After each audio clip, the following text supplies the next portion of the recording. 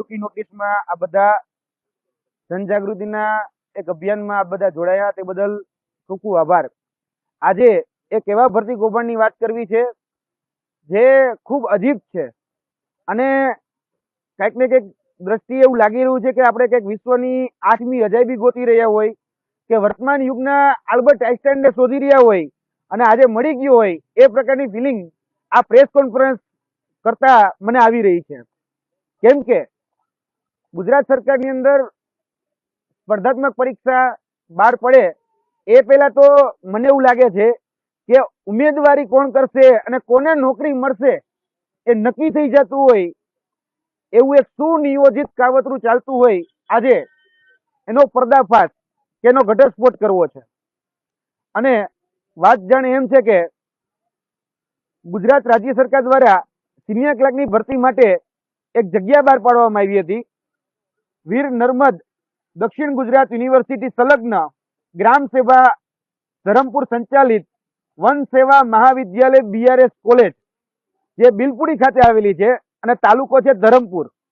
હવે આ કોલેજની અંદર સિનિયર ક્લાર્ક માટેની એક વેકેન્સી બહાર પાડવામાં આવે છે અને આ જે કોલેજ છે એ કોલેજમાં જે વેકેન્સી બહાર પાડવામાં આવે છે એ એક પદ માટેની છે। ઉમેદવારી નોંધાવે છે 63 જેટલા। પરીક્ષામાં હાજર રહેનાર ઉમેદવારો એ 32 જેટલા છે। પરીક્ષા હમણાં જ લેવામાં આવી છે 20/1 એટલે કે 20 જાન્યુઆરી 2025 ના રોજ આની પરીક્ષા લેવામાં આવી છે અને પરીક્ષાનું જે કેન્દ્ર હતું એ BRS કોલેજ બિલપુડી ધરમપુર હતું અને પરીક્ષાનો સમય 2:30 થી 5:30 નો હતો। અને જોવા જઈએ તો પરીક્ષા પદ્ધતિનો પ્રકાર જે રીતે સામાન્ય વર્ગ 3 ની જે પરીક્ષા હોય કે એક પેપર એ MCQ 210 માર્કનું હતું અને બીજું CPT કોમ્પ્યુટર પ્રોફિશિયન્સી ટેસ્ટ એ 100 માર્કનું હતું। જે પ્રિલિમિનરી અને CPT પરીક્ષા બાદ આનું મેરિટ યાદી બને અને પછી એની પસંદગી યાદી બને। પરંતુ જે બાબત અમારી સામે આવી છે એ ઘણી ચોંકાવનારી છે, જેનું આ ઉજાગર કરતા અમને પણ જરાક અજીબ લાગી રહ્યું છે કે આ ચમત્કાર થઈ કઈ રીતે શકે। કેમ કે એક ઉમેદવાર અમારા ધ્યાનમાં આવ્યા છે જેનો સીટ ક્રમાંક S0041 છે અને નામ છે પરમાર જયદીપસિંહ રાજેન્દ્રસિંહ। આ એટલા હોનાર અને એટલા હોશિયાર છે કે 210 પ્રશ્ન જે MCQ આધારિત પ્રશ્ન હતા એ 210 માંથી 210 પ્રશ્ન જે આન્સર કી આ બોર્ડ દ્વારા રજૂ કરવામાં આવી છે પ્રમાણે 210 માંથી 210 પ્રશ્ન આન્સર કી પ્રમાણે આ ઉમેદવારના સાચા છે। આન્સર કી પ્રમાણે અજીબ વાત અને ચોંકાવનારી વાત એ કે આ જે આન્સર કી આવી છે ને એ આન્સર કી ની અંદર ઘણા જે પ્રશ્નો જે છે એ પ્રશ્નોની અંદર પણ ભૂલ છે। આન્સર કીમાં ભૂલ છે એટલે કે જે ઓપ્શન છે કે જે જવાબ છે એ જવાબની અંદર ઘણા બધા ભૂલ ભર્યા વિસંગતતા ભર્યા છે। પરંતુ જે જયદીપસિંહે ટીક કર્યા છે એ જ આન્સર કી એ સાચા ઠરાવ્યા છે। આવો સંયોગ કે આવો સંજોગ તો કઈ રીતે બન્યો એ તો રામ જાણે। પરંતુ એક વાત હું સ્પષ્ટતા સાથે કહું છું કે આ કોમ્પિટિટિવ એક્ઝામ છે, કોઈ સ્કૂલની કે બોર્ડ એક્ઝામ કે કોલેજની એક્ઝામ નથી કે વન બુક હોય એક બુકમાંથી પ્રશ્નપત્ર કાઢ્યું ને એક બુકમાંથી પ્રશ્નપત્ર પૂછાઈ ગયું। આમાં જનરલ સ્ટડીઝ સામાન્ય જે જ્ઞાન હોય એના વિશ્વમાંથી ગમે ખૂણેમાંથી પ્રશ્ન પૂછવામાં આવતો હોય છે। એટલે 210 માંથી 210 આવ્યા એ તો નેક્સ્ટ ટુ ઇમ્પોસિબલ અશક્ય વસ્તુ છે। છતાં પણ જયદીપસિંહ રાજેન્દ્રસિંહ પરમાર એને 210 માંથી 210 એ આન્સર કી પ્રમાણે સાચા પડે છે। હવે અમુક પ્રશ્ન એવા અમારી ધ્યાનમાં છે કે જે સામાન્ય આપણે ધોરણ 6, 7 ની પાઠ્યપુસ્તક વાંચીએ ને એમાં સમાજ વિજ્ઞાનની પુસ્તક હોય કે ગુજરાતી વ્યાકરણની પુસ્તક હોય એમાંથી પણ આપણે જવાબ મળી રહે અને ખૂબ સિલી ક્વેશ્ચન છે અને જે ખરેખર ખોટા છે, જેના જવાબ પણ ખોટા છે, પણ આન્સર કીમાં જે જયદીપસિંહે ટીક કર્યા છે એને જ સાચા આન્સર કીએ ઠેરવ્યા છે। હું 2-5 પ્રશ્ન તમને કહું છું એટલે તમને ખ્યાલ આવે કે આ ચમત્કાર કેવો થયો। મોઢેરાનું સૂર્ય મંદિર કોણે બનાવ્યું? આ પ્રશ્ન હતો જે ધોરણ 6 ની પાઠ્યપુસ્તકમાં આવે જ છે। કે ભીમદેવ પહેલા એ બનાવ્યો, તો ઓપ્શન હતા ભીમદેવ પહેલો, કુમારપાળ, સિદ્ધરાજ કે મૂળરાજ. હવે આમાં જયદીપસિંહ પરમારે ઠીક કર્યો કુમારપાળ, તો આમાં જવાબ સીધો જ એ કુમારપાળ આપી દીધો. ખરેખર ભીમદેવ પેલો આવે. હવે બીજો સામાન્ય પ્રશ્ન છે કે ગુજરાતની પ્રખ્યાત વાનગી કઈ? હવે 4 ઓપ્શન છે, જલેબી, ખારી, શ્રીખંડ કે બાસુંદી. જયદીપસિંહે ઠીક કર્યું શ્રીખંડ, એટલે અહીંયા જવાબ આપવામાં આવ્યો શ્રીખંડ. હવે ખરેખર જોવા જઈએ તો આપણા પ્રવાસન તંત્રમાં બધી જગ્યાએ જલેબીનો ઉલ્લેખ છે. ત્રીજું, ગુજરાતી વ્યાકરણનો બહુ સામાન્ય ક્વેશ્ચન 6ઠા 7માની વ્યાકરણની બુકમાં આવે કે આપણે નામ અને નામના પ્રકારમાં કે પ્રેમ એ કઈ સંજ્ઞાનો ભાવ, કઈ સંજ્ઞાનો પ્રકાર છે? ઓપ્શન છે દ્રવ્યવાચક, સમૂહવાચક, ભાવવાચક કે ક્રિયાવાચક. હવે આમાં ઉમેદવાર એટલે કે જયદીપસિંહ પરમારે ઠીક કર્યું કે દ્રવ્ય છે ભાઈ. હવે ભાવ છે એ દ્રવ્યવાચક, જયદીપસિંહે ઠીક કર્યું એટલે આન્સર કીમાં પણ જયદીપસિંહે ઠીક કરેલો દ્રવ્યવાચક હવે. ખરેખર જવાબ આવે ભાવવાચક, કારણ કે પ્રેમ એટલે ફિલિંગ, એટલે ભાવ પ્રગટ કરીએ એટલે ભાવની સંજ્ઞા એટલે કે ભાવવાચક સંજ્ઞા આવે. પણ જયદીપસિંહે ઠીક કર્યું એ જ આન્સર કીમાં સાચું ઠેરવવામાં આવ્યું. પછી વર્તમાન મુખ્ય ન્યાયાધીશ કોણ છે? આમાં ઓપ્શન આપવામાં આવ્યો છે, ઓપ્શન સાંભળજો. ઉદય ઉમેશ લલિત, ધનંજય વાય ચંદ્ર મૂળ, સંજય કિશન કોલ, એસ અબ્દુલ નઝીર. આમાંથી એક પણ ઓપ્શન સાચો નથી. આમાંથી એક પણ, કારણ કે વર્તમાન સીજીઆઈ છે સંજીવ ખન્ના છે. હવે અહીંયા જોડણી ક્યાંક ભૂલ હશે માનું છું કે ધનંજય વાય ચંદ્રમૂળ 2021માં હતા.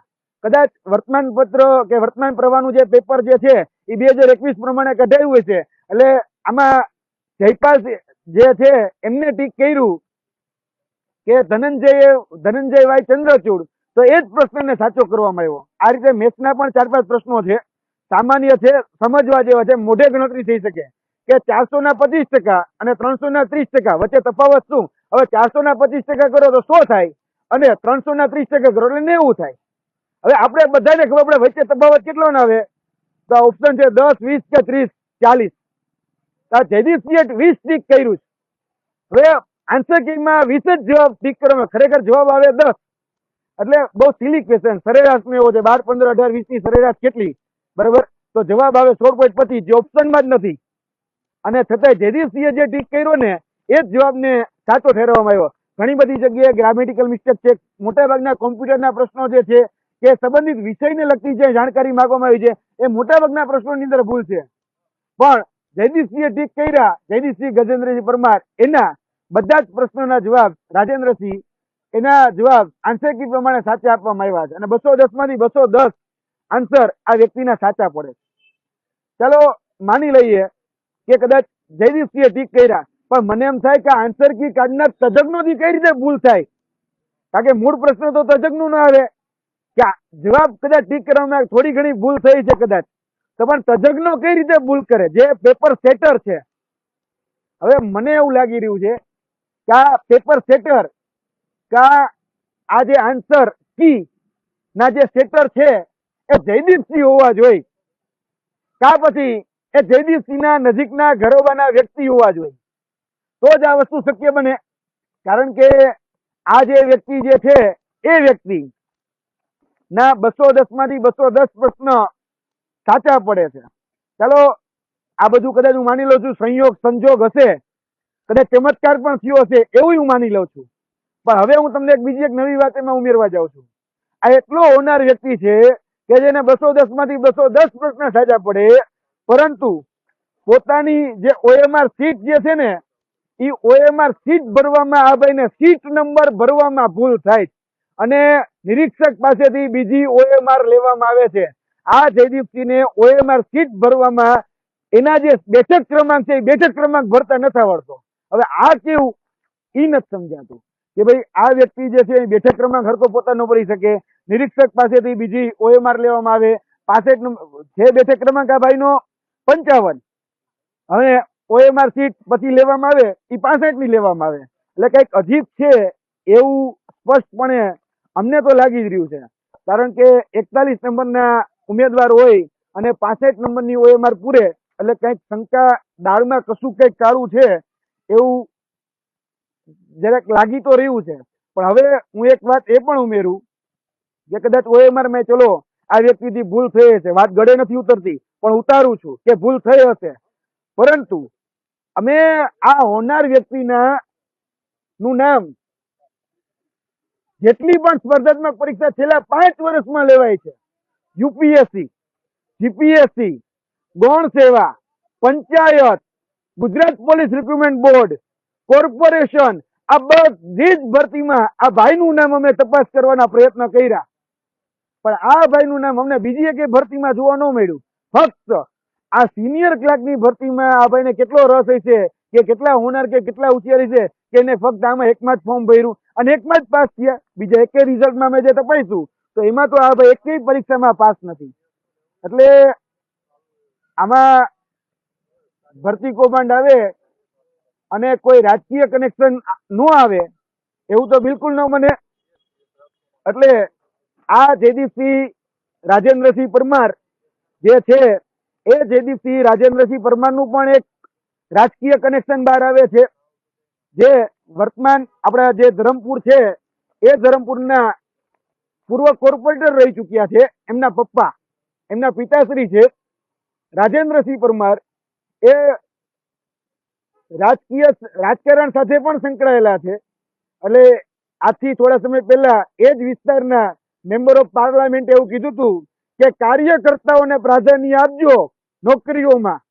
એટલે અમને એવું લાગી રહ્યું છે કે એના કાર્યકર્તાઓને ક્યાંક પ્રાધાન્ય મળતું હોય એવું સ્પષ્ટપણે આમાં તો દેખાઈ જ રહ્યું છે. અને થોડા સમય પહેલા હમણાં ત્યાં 50 લાખની ગ્રાન્ટ પણ આપવામાં આવી. કનુભાઈ દેસાઈ પણ ત્યાં ઉપસ્થિત હતા, આપણા નાણામંત્રી છે. હું નાણામંત્રી પર આક્ષેપ નથી લગાડતો, પણ એ વાત તો ચોક્કસ કહું છું કે નાણામંત્રીએ આમાં તપાસ કરવી જોઈએ કે કોઈ નાણાંની તો લેતી દેતી આમાં નથી કરવામાં આવી ને. કારણ કે નાણામંત્રી જે જગ્યાએ જતા હોય એ જગ્યાએ તો ખુદ પાકસાફ હોવી જોઈએ. અને આ સંસ્થાના જે સ્થાપક છે એ નાનુભાઈ દેસાઈ, જે ગાંધી વિચાર સાથે સંકળાયેલા વ્યક્તિ અને ગાંધી વિચારોને ગાંધીના જે મૂલ્યો છે એ મૂલ્યોને આગળ લઈ જવા માટે આ સંસ્થાની સ્થાપના કરવામાં આવી હતી. મને એવું લાગે છે સ્વર્ગસ્થ થયેલા નાનુભાઈ દેસાઈ પણ આજે એ ચિંતા વ્યક્ત કરતા છે કે ભાઈ ગાંધીજીના જે મૂલ્યો હતા, ગાંધીજી જે કહીને ગયા હતા કે ચોરી ન કરવી, કપટ ન કરવું, તો આ ભાઈશ્રી જે છે જેના પિતાશ્રી બહુ રાજકીય મોટી વર્ગ, આર્થિક વર્ગ ધરાવે છે, એ જ વ્યક્તિને આની અંદર એ નોકરી મળે છે. એટલે ઘણી બધી બાબતો એવી છે જે અમારા ધ્યાનમાં આવી, એટલે અમે તમારી સમક્ષ અને એના તમારા માધ્યમથી સરકાર સમક્ષ પણ મૂકી રહ્યા છીએ. અમારી સરકારને એક વિનંતી પણ છે કે સરકાર આ પ્રકારનું શા માટે કરે છે એ નથી સમજાતું. કારણ કે 20 તારીખે પરીક્ષા લેવાય. મેં તમને અગાઉ કીધું એમ પરીક્ષાના 2 તબક્કા છે, પ્રિલિમ અને CPT. 20 તારીખે પરીક્ષા લેવાય પ્રિલિમની, અને 21 તારીખે સરકારને અચાનક જ બ્રહ્મ જ્ઞાન થાય અને એક નોટિસ જાહેર કરે કે કોમ્પ્યુટર પ્રોફિશિયન્સી ટેસ્ટ જે 100 માર્કની હતી એ અમે હવે રદ કરીએ છીએ. એટલે કોમ્પ્યુટરની CPT એ રદ કરી નાખવામાં આવી અને લખવામાં આવ્યું કે 210 ની જે પરીક્ષા લેવામાં આવી 210 માર્કની, એમાંથી જ હવે મેરિટ યાદી બનશે. તો અમે સરકારને એ પણ કહેવા માંગીએ છીએ, થોડા સમય પહેલા જ સુપ્રીમ કોર્ટનું જજમેન્ટ હતું, સુપ્રીમ કોર્ટનો ચુકાદો હતો, તમે ચાલુ ગેમે કોઈ નિયમ ન બદલી શકો. તો આ સંસ્થા શું એ સુપ્રીમ કોર્ટથી પણ ઉપર છે? કારણ કે સુપ્રીમ કોર્ટ જો એવું કહેતું હોય કે તમે ચાલુ ગેમે, કારણ કે ગેમ ઓનગોઈંગ હતી, એક પરીક્ષા લેવાઈ ગઈ અને એક પરીક્ષાના બીજા જ દિવસે તમને યાદ આવે કે હવે CPT નથી લેવાની અને CPT પરીક્ષા જે છે એ રદ કરી નાખવામાં આવે છે. એટલે ચાલુ ગેમે નિયમ કઈ રીતે બદલા એ પણ સરકારે જાણવું જોઈએ.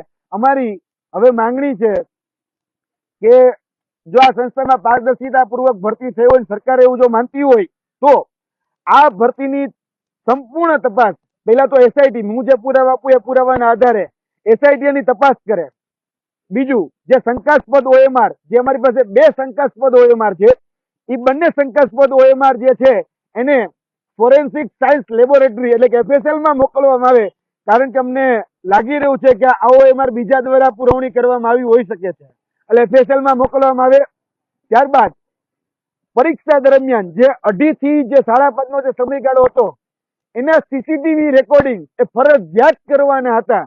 તો એ CCTV રેકોર્ડિંગને જગ જાહેર કરવામાં આવે, જેથી કરીને ખ્યાલ આવે કે જે વ્યક્તિઓ પરીક્ષા આપી રહ્યા હતા એ પરીક્ષાએ કોઈ પરીક્ષાર્થીએ કોઈ પણ પ્રકારની ગોબાચારી કે ગેરરીતિ નથી કરી. અને ત્યારબાદ અમારી ચોથી માંગણી છે કે જયદીપસિંહ રાજેન્દ્રસિંહ પરમાર જે વ્યક્તિ છે એના ફક્ત 2 મહિનાના CDR કોલ ડિટેલ રેશિયો જે છે એ પણ સાર્વજનિક કરવામાં આવે, એટલે કોની કોની સાથે ક્યારે ક્યારે કોન્ટેક્ટમાં હતા, કોની લાગવગ એ કામ લાગી ગઈ, તમને પણ ખ્યાલ આવે.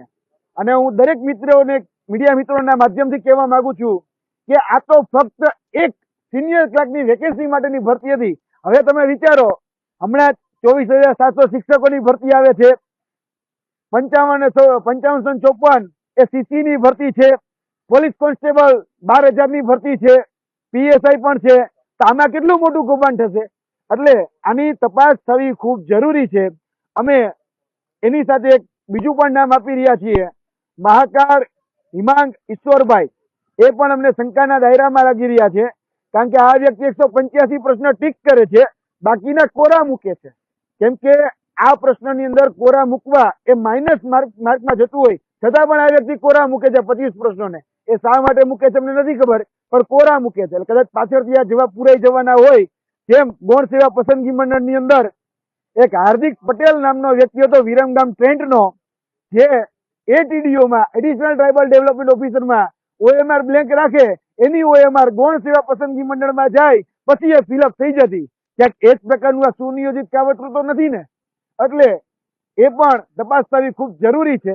અમારી પાસે 32 ઉમેદવારોની OMR ઉપલબ્ધ છે. અમારી પાસે તમામ પ્રકારના ડેટા એ ઉપલબ્ધ છે. જો સરકાર તપાસ કરવા માંગતી હોય તો અમે આ તમામ ડેટા આવનાર દિવસોની અંદર રાજ્યપાલ, વીર નર્મદ યુનિવર્સિટીના ચાન્સેલર, VCLX અને ત્યારબાદ CMO અને નાણામંત્રી આપણા કનુભાઈ દેસાઈને અમને સોંપવાના છીએ. જો પારદર્શક અને ઈમાનદારીથી એને ભરતી કરી હોય તો આની ઉપર તપાસ કરીને બતાવે. કારણ કે ઘણા સમયથી એવું કહેવામાં આવે છે કોઈ ચમરબંધીને છોડવામાં નહીં આવે, તો આ ચમરબંધી તમારા જ છે, અને પકડીને દેખાડો અને આનો વરઘોડો કાઢીને દેખાડો ને, તે દિવસે તમે હાચા. એટલે આ પ્રેસ વાર્તાલાપના માધ્યમથી મસ્ત મોટું કૌભાંડ અમે આજે ઉજાગર કરીએ છીએ. આના બીજા અન્ય પુરાવા પણ અમારી પાસે ઉપલબ્ધ છે. સરકાર જો પુરાવા લઈ અને તપાસ કરવા માંગતી હોય તો અમારી સંપૂર્ણ તૈયારી છે. કારણ કે કૌભાંડ થયું છે, OMR પાછળથી ફિલઅપ થઈ છે. આ બધી જ પ્રકારની માહિતી પૈસા લેતી હતી, એ બધી જ પ્રકારની માહિતીઓ એ ત્યાંના અમને અમારા જે પ્રામાણિક ઈમાનદાર જે સોર્સ છે આપી રહ્યા છે. જી, આપના ક્વેશ્ચન.